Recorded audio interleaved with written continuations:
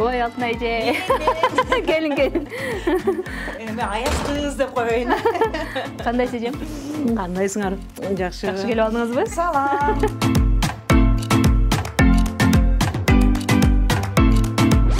Ай, азыр балам тренировка барам дегеннен азыр кичине Аябай эмеде ашканада мыкты айым болуп аткан окшойсуң. ооба да. Эмне жасап атасың? Мен азыр балама протеиновый йогурт жасап берейин деп. Даярдап атам эле күндө ичип кетет да тренировканын алдынанчы. Ашканада анча деле Эмес көрүнөмбү? Эмес элең десеңиз. Туура айтасың. Ашканада анча деле эмес деп ойлойм да.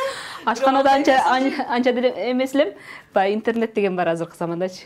Ошо интернеттен көрүп, ошо 2 жылдан бери ушуну жасап берем. Эң оңой да. Ошондойбу? Анда жасайбы? Эң эле оңою. Анда жасайбы? Сизге да үйрөткөнчө. Бизге деле жакшы нерсе да. Себеби Дегенде муну ичип алып туруп тренировка кыла турган болсок, тим эле сымбаттуу болуп, фигурабыз келишип калат.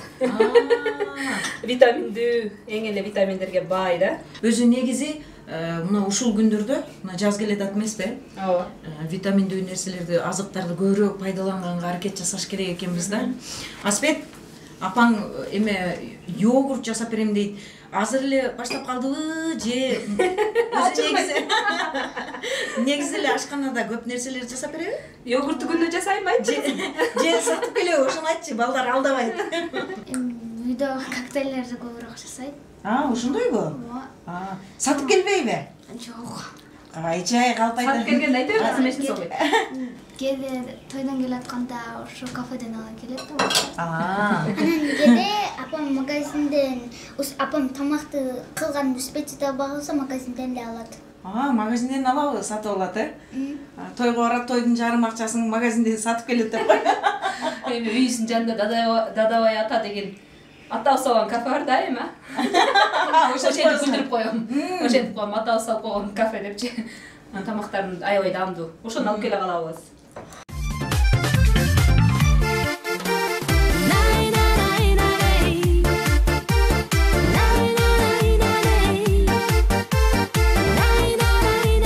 Азыр балды коштук, анан кийин сүт кошом. Эмне оңой, кадимки сүт магазинден эле дүкөндөн алып келели. Болду.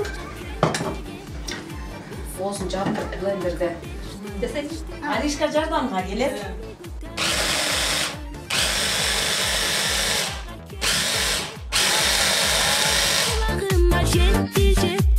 Кызганычым жүрөгүмдөн өттү. Алтын эже, сен мен Мактанган коктейлинди көрөлү. ичип көрүңчү. Ана көрөлүчү, бунун ичинде алма, банан, бал, жумуртка,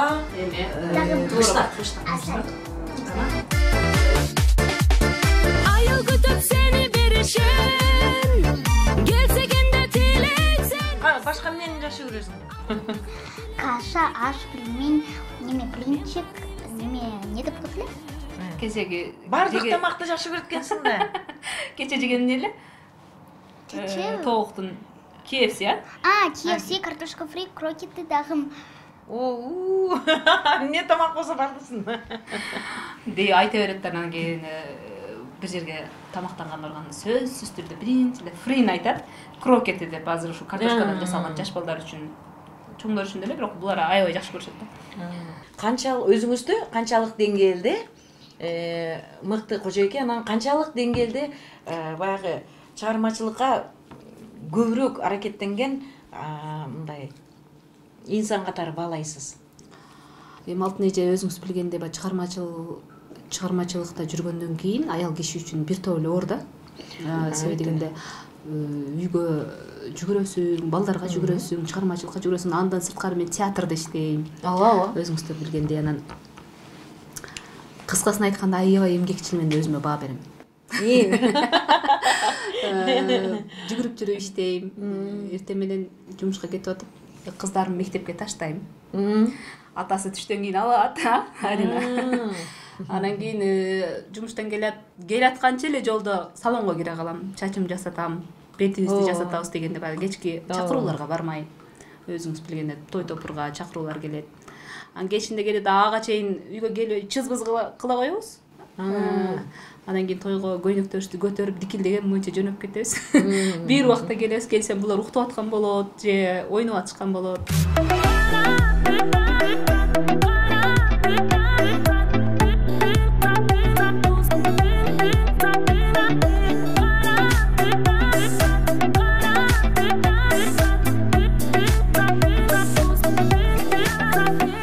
Адам баласынын кичинекейиндеги көксөгөнү анан кийин ишке ашат да, ишке ашырууга аракет кылат адам баласы.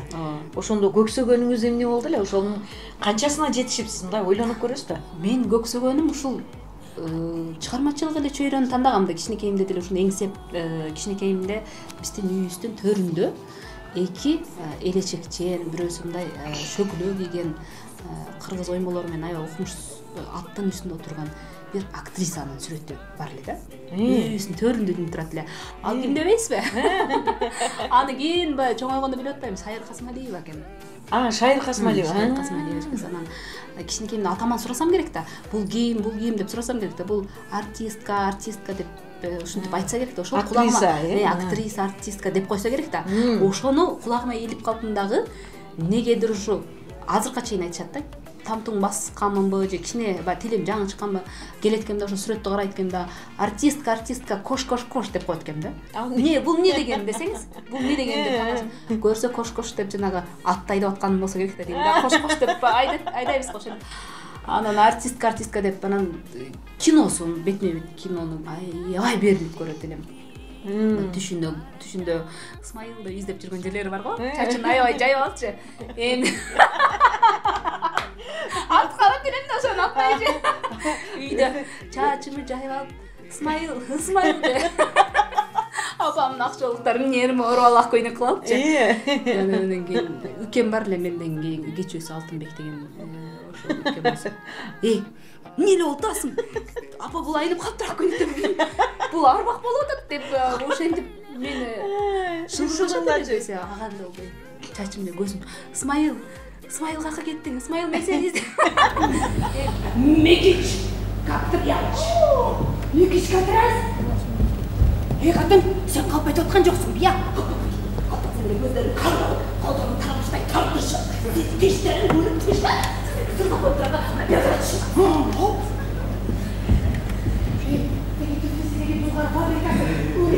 Кутайсыздеги, Англисдеги өтүп жаткан дүкөндөрдүн баары İşemben, sana çocuğum. Сенбейсиң. Ада бүгүн эле саат 10:00 сеттин тизмесин алып, үй башкаруучусу менен Никитсага өзү келет. Saat 10'da. Hazır kaça? Анда живой ансамбльдер болот эле да. Тойлордо айылдын башында живой ансамбль бар. Ямаха менен бирөөлөр ырдап аткан болсо, ошону кулагым чалып калган учурда кадимки деп денем дүүлүгүп чымырап мурашки деп коет го. Бир нерселер чыгып, музыканы укканымда жөн тура албай калчумун. Каныңыз дүргүп кетчү. Ошол музыкага сөзсүз барышым керек да. Кайсы ушу айылдын кайсы жеринен чыгып атса ошол жерге сөзсүз барат элем. Үйгө кирип, бетими чалап чукчугам да кетем. Баралы тааныбайбыз сени ал тойдучу. Тааныбайбыз ким той экенин деле билбейбиз. Эшигинде туруп анан эптеп тыгылып жана той болуп аткан жерге барып туруп музыканттын жанына туруп алып тааныбайт эч ким. Барып жанында туруп алып Ямаханы ойноп атса, Ямаханы мына мынтип кармап буттарым жөнүндө бийлейт го. Анан кийин суранат элем. Мен бир ырдатыңчы депчи. Ошентип жүрүп анан музыканттар таанып калды мени. Айылга тойго барган музыканттар. Бирөөлөрдүн эле тоюна кирип барат элек да. Мен ырдайынчы, микрофон болсо жөн эле чоң.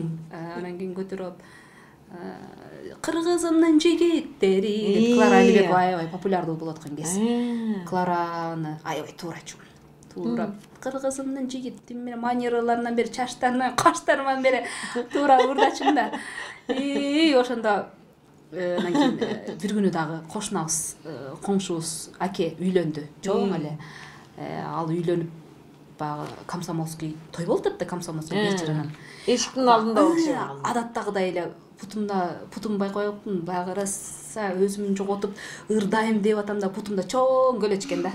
Чоң көлөч, аны унутуп эле калдым. Ырдайм бактаки деп бакыт деген экен. Деп мынтип жана мугалимдей колум мынтем. Десем алдагы өзү деле тамадачылыкта кыла берчү эле, ямахан деле ойной берчү эле Ошондой абакта. болчу да. Анан кийин анда биздин кичинекей кызыбыз Равшан акесине куттуктап айтат десе болобу. Мен ырдайм деп атканда. Ырдайм десем болбосо куттуктап айтат. Же, эмне кылышым, кичинекеймин да. Сөздөр бир маалда микрофонду алып туруп, урматтуу Равшан аке деп эле жакшы эле баштагам. Ошо видеом бар экен да дагы. Урматтуу Равшан аке, сизди деп таппай калам, элдин баары мени карап куттуктайм десем, элдер дуу күлүрдү. Неге күлдү билбейм, же көлөчүмө күлдү, же куттуктайм деген сөз жакшы айтпадым, бир нерсе болдум да. Дуу күлсө өзүм жоготуп койсом болобу? Путум эстеп, путум карадым, путумда калачым, уялам. Анан кийин аны деле калдым, бир маалда аркама ямахан чертип баштады. Аллах ачып. Капкара кичинекей. Арыканан капкарандай кыз элем да. Кичинекей микрофон алып, кыргызымдын жигиттери деп тимеле бийлеп атырдасам, элдер колдоп атат. Ортодо баягы чаңды сапырып бийлеп атышат. Укмуш болгон, азыркыга чейин ошону айтып күлүшөт. Азыр Равшан аке чоң балдарын үйлөп жайлап, неберелик болуп калган. Ошону айтып күлүп калат да. Куттуктайм дешипчи, мен бияка өткөндө балдарда сизди куттуктайм дешип, ошону туура эмес айтсам керек да. Ошентип тийишип калышат эле. Ошол кезде ошон жан дүйнө музыкага жакын экени, келечектеги өнөр адамы боло турганым ошондо эле сезилсе керек да. Ошол музыка мени жон койгон эмес да. Айтып атпаймынбы? Үйдөгүлөрдөн каршылык болбоду, Жок, кайсыл жерде музыканы уксам өзүм жоготуп коет элем. Тиммеле бар денем дүркүрөп, өзүм жоготуп, каяктан болсун мен ошол жерге барышым керек да. Эртең менен баягы уйларды, койлорду падага кошобуз, анан кийин козу улактары, торпоктору калат, сен кайтар деп мени торпок кайтартып койду. Анан торпок кайтарган жерим, торпок козуларымды таштап коюп, жөгүрүп барып туруп ошо тойго барып келчү элем да. Нияз алатында балдар музыкалык мектеп бар, аерде аябай кесипкөө эжекелер, мугалимдер иштечү. Анан ошол жерде алар окуду, 5 жыл мектеп менен кошулуп эле музыкалык мектепте окушту. Анан мага келди кезек, мен дагы бардым, комузга окуп калдым. Анан кийин слухум аябай күчтүү экен да, эстесем. Нота менен үйрөтөт ал жердечи. Нота менен үйрөтөт. Анан кийин ал нотаны үйгө барып тапшырма берет агай. Ушуну барып жаттап кел, кыз кербес, бала кербес, жаштар машы деген күүлөрдү үйгө берсе, мен болсо, мен жалкоо болсо анымда карап отурам дагы, менден чоң эжелерим комузду чертип атат да, алар билет да. Чертип атат, сразу дароо эле бат кулагыма ийилип алам да, слухум жакшы да. Ийилип алам да, эртеси күнү кудум ошондой ойноп калам десем, агай, сен азаматсың, сенден күчтүү музыкант чыгат, сен баарын билет тур, нотанын баарын жаттап койгон турбайсың деп. Мен нотаны каякта карайм? Нотаны карабастан эле бияктагы эле уккан кулагым менен эле эзип таштайм. Куйма кулак болгон экен. Куйма кулак болуп. Анан кийин аябай жакшы окудум. Музыкалык мектепти кызыл көйлүк менен бүттүм. Арина, сен чоңойгондо ким болоюн деген ой бар? Сен дагы актриса, артист болосуң? Мен анча эле билбейм, бирок менде сразу 3 нерсе бар. 3 нерсе барбы? Кандай айтчы? Биринчиси модель, экинчиси стилист, үчүнчүсү дизайнер. Баарын бириктирип, 3 в 1, баары бир деле демек ал деле чыгармачылыкка кирет. Бирокчу Арина. Мен өзүмө тигишти билбейм, бирок өзүм куклаларым. Апаңа тигип бересиң. Өзүм куклаларым алам да. Аспет, сенчи? Сен чоңойгондо ким болосуң? Мен жөн эле ырдагым келет, врач болгум келет. Сенден врач чыгат. Арина айтат, Аспеттин ким болорун мен билем дейт. Ким болот экен? Мен башка нерсе деп ойлопмун да. Просто мен Асыжам салончу болот деп, мен да просто Асыжам менин чачтарым сонун болот. Аринанын азыр эмесин угуп калдым. Модель болгонду аябай жакшы көрөт. Үйдө болсо менин көйнөктөрүмө, атасынын көйнөктөрүн кийет, дагы белине бир нерсе жиптер менен байлайт.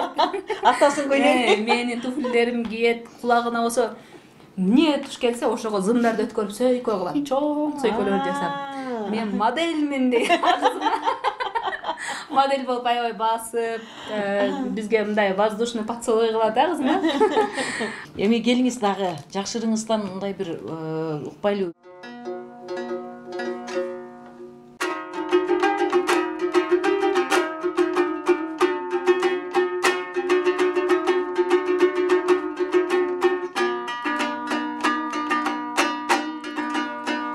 Жүрөгүмдү куйкалайсың жалындай, жүрө албаймын күндө сени сагынбай. Месергитет менде жүргөн элесиң, мелтиреген ысык көлдүн таңындай.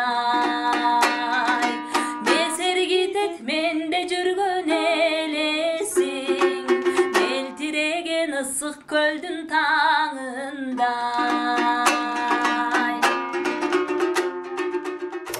Мисалы, сиз канчалык деңгээлде профессионал, чыгармачыл инсанмын дейсиз дагы, анан негизи эле кайсыл бирине көңүл бөлөсүз? Же бул чыгармачылыкты өзүңүздүн бир көксөгөн кичинекейден баалаган кесип катары баалайсызбы? Же бизнести мындайча айтканда тирилик өткөрүүнүн бир каражаты катарыбы? Кудайга шүгүр, мен деле профессионалдуу Ош улуттук театрда иштейм. Улуттук драма театры. Мен ал жерде иштегениме быйыл 20 жыл болоптур. Театрда иштегениңиз? Театрда иштегениме 20 жыл болоптур. Ал арадан мен 10дон ашык 17-18 ролдордо ойноп турмун. Анын арасында дагы башкы каарман болбосо дагы жакшы эле ролдордо ойнодум. Фестивалдарга бардым дегендей. Эми биздин азыркы заманда театрга барбай атпайбы адамдар. Эми билгендер билет, билбегендери бир гана булар ырдайт деп ойлошу мүмкүн. Мен чындыгында өзү негизи актриса болуп иштейм. Анан былтыр өзүңүздөр билгендей 8 март күнү аялдардын эл аралык майрамына карата дүйнөдөгү эң сулуу аял ал менин апам деген өзгөчө аталыштагы концерт берейин деп аябай камынып даярдангам. Анан кийин 8 март эмес 7 март күнү биздин театрды жаап салды. Эмнегедир эмес, ушу пандемия байланыштуу деп биздин маданият министрлигинен ушундай кат келип, мен аябай сурандым. Бир күн эч нерсени чечпейт. Мен билеттерим сатылып кетти. Бардык жогу даяр. Жада калса сахналардан бери жасагам да. Билесиз, ал өтө көп каражатты талап кылат, реклама дегендер. Десем дагы мага макул болушпастан жаап койгон.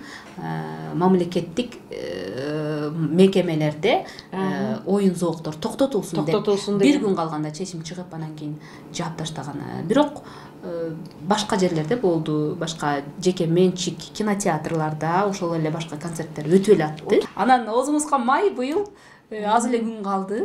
Кайра эле ошол күнү 8 март күнү концертиме берейин деп аз камынып атам. Мынча жакшы. Мынча жакшы. Каршыңда балаң, карыздар сахан, жер бетиндеги эң сулуу адам, ал менин апам. Азыр ырчылардын пешенесине деп коеюн, эң эле жакшы болуп аткан, жакшы болуп аткан, эми гана жакшы болуп келатат да, чынын айтсакчы. Туура эле. Көпчүлүк билбейт.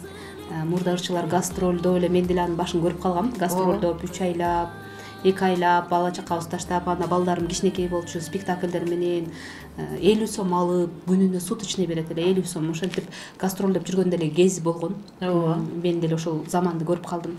Эми мына багыбыз ачылып, бешенебизге, ушу ырчылардын бешенесине кичине той келип, тойлор болуп, кыргыздын тойлору көбөйүп, ушу тойлордон каражат топтоп, баягы байкуш ырчылар эми ачыгын айтканда үйлүү болуп атышат. Эми ашып деле байып кетти деп айта албайм.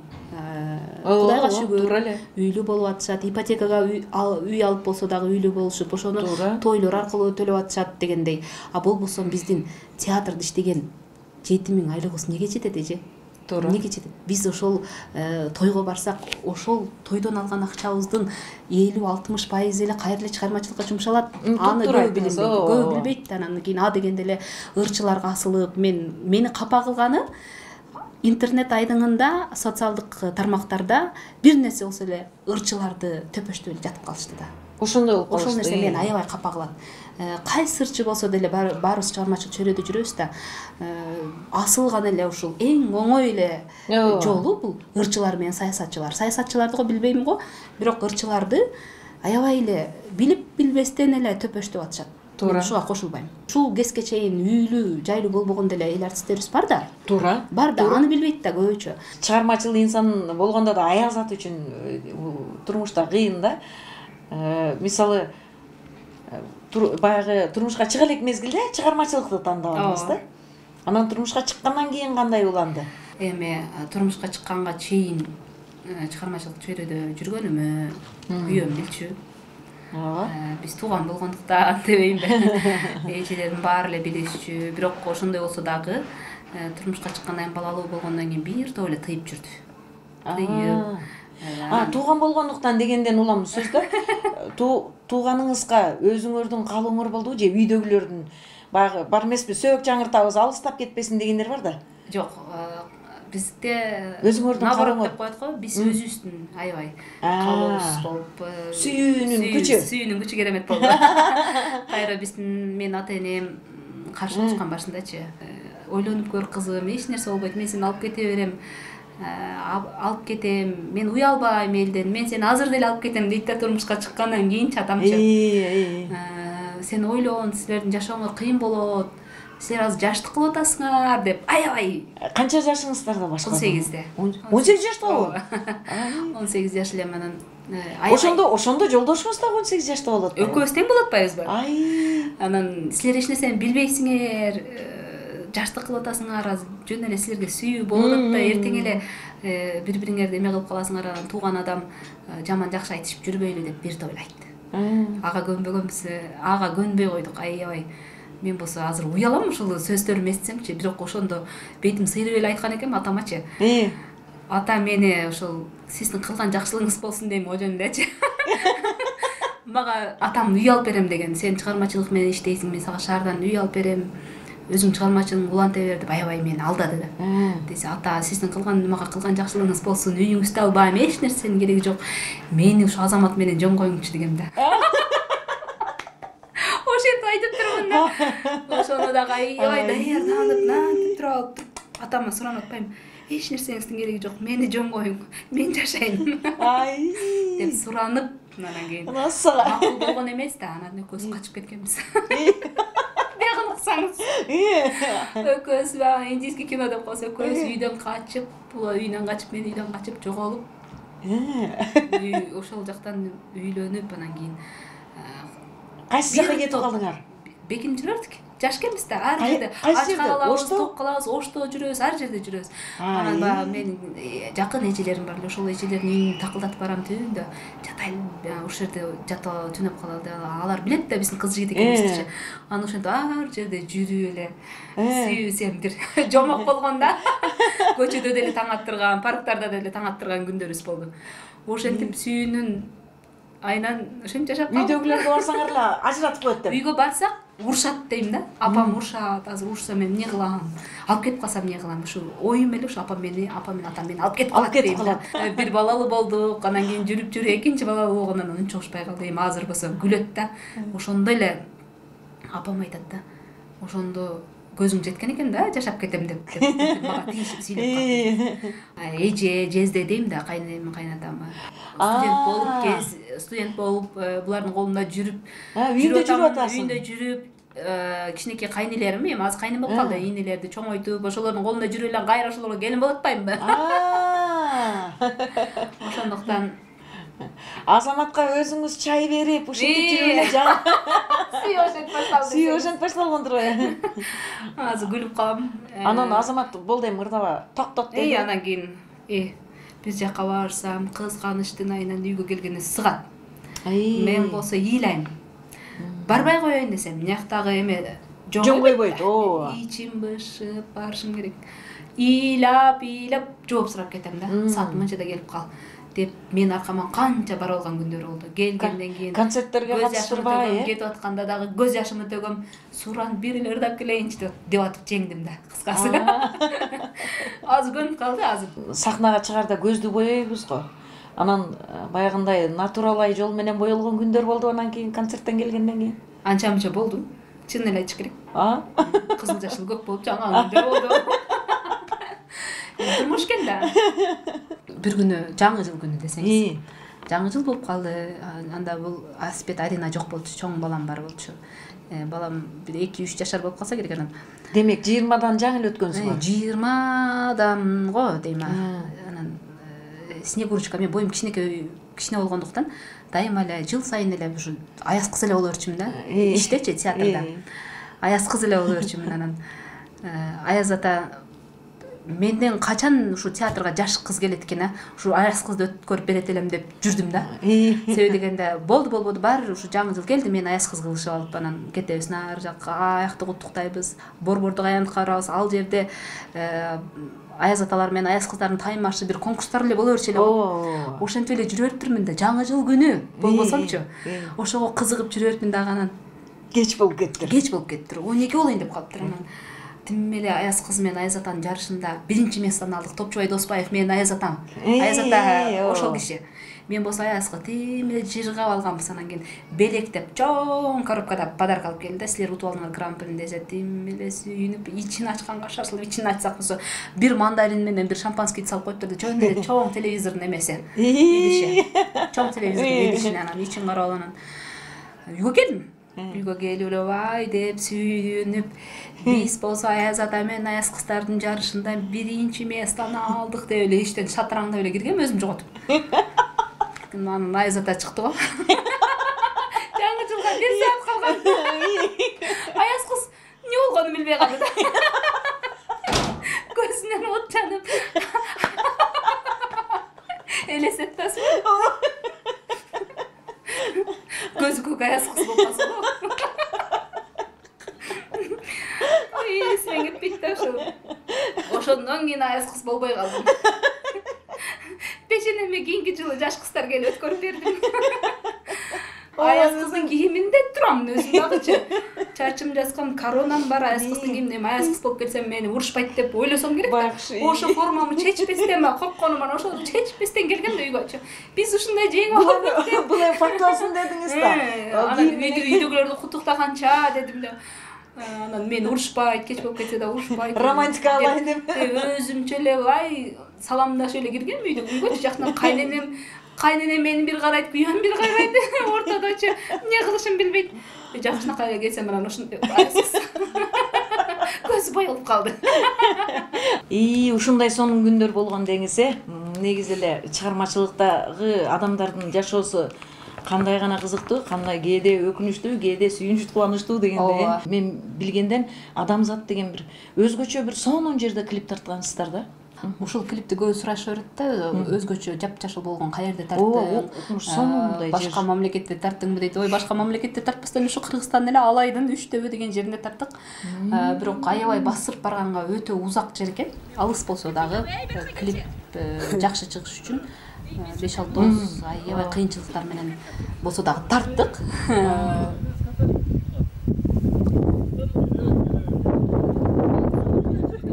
Турмушту тааныйт ким бачым, туш келип арзан кымбатын, сезгиси келбейт адамзат, аманат жандын турбасын, сезгиси келбейт адамзат, аманат жандын турбасын. Анда эмесе урматтуу телекөрүүчүлөр, биз сиздер менен кайрадан албетте көгүлдүр экран аркылуу жолугушабыз. Бар болуңуздар. Убакыт өтөр саналган, урпактан урпак таралган, то болсо дагы адамзат, топурак үчүн жаралган, то болсо дагы адамзат, топурак үчүн жаралган. Байсыңбы кедей эмнесиң, баары бир кетчү пендесиң, билгиси келбейт адамзат, бир кетсе